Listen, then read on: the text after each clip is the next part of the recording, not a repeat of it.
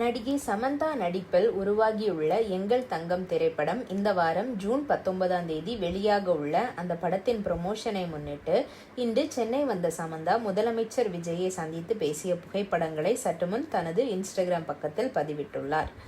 தளபதி விஜயுடன் இணைந்து கத்தி, தெறி மற்றும் மெர்சல் என ஹாட்ரிக் அடித்திருந்தார் சமந்தா. செல்ஃபி பிள்ளையாக சமந்தாவை தளபதி ரசிகர்கள் கொண்டாடிய நிலையில் தற்போது தமிழ்நாட்டின் முதலமைச்சராக மாறியுள்ள விஜயை நேரில் சந்தித்து பிறந்தநாள் வாழ்த்துக்களை தெரிவித்துள்ளார் சமந்தா. புதிய படங்களுக்கு தமிழ்நாட்டில் முதல் ஒரு வாரத்திற்கு காலை 9 மணிக்கு சிறப்பு காட்சிகளுக்கான அனுமதியை விஜய் முன்பே வழங்கிய நிலையில் பல சினிமா பிரபலங்கள் அவரை சந்தித்து வாழ்த்து தெரிவித்தது குறிப்பிடத்தக்கது.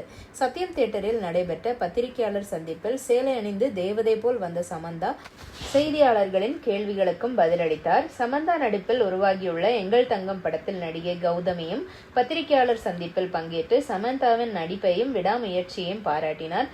பல தடைகளை தாண்டி தனது தயாரிப்பில் உருவாகியுள்ள எங்கள் தங்கம் படத்தை இந்த வாரம் ஜூன் 19ஆம் தேதி சமந்தா ரிலீஸ் செய்கிறார். ஜனநாயகன் படம் விஜய் பிறந்த நாளுக்கு வரவில்லை என்றாலும் செல்ஃபி பிள்ளை சமந்தாவின் எங்கள் தங்கம் இந்த வாரம் திரைக்கு வருகிறது.